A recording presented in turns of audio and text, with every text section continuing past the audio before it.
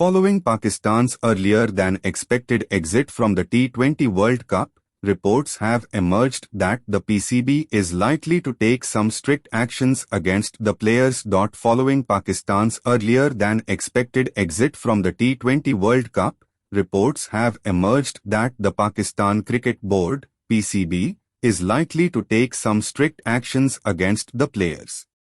While some reports have claimed that the board is set to sack 8 to 9 players from the current squad, others suggested that the cricketers face the risk of having their central contracts reviewed and their salaries potentially reduced.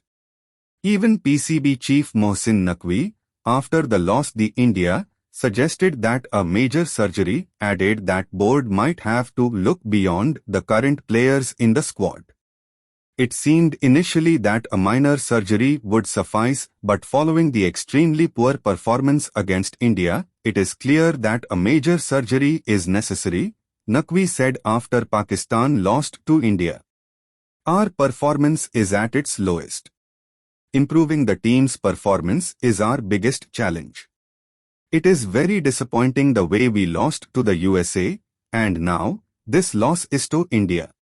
We need to now start looking at players beyond those in the team right now, he added. However, former Pakistan captain Rashid Latif refused to put the entire blame on the players, adding that the PCB is equally responsible for the debacle. 250 million Pakistanis have the right to know which selector voted in favor of which player. PCB should reveal the minutes of last meeting of the selection committee, Latif retweeted a Pakistani journalist on X. Latif suggested that all the PCB members need to be sacked, along with the governing body of the Apex board. Before we shift blame to the players, first the PCB and its governing body needs to be sacked.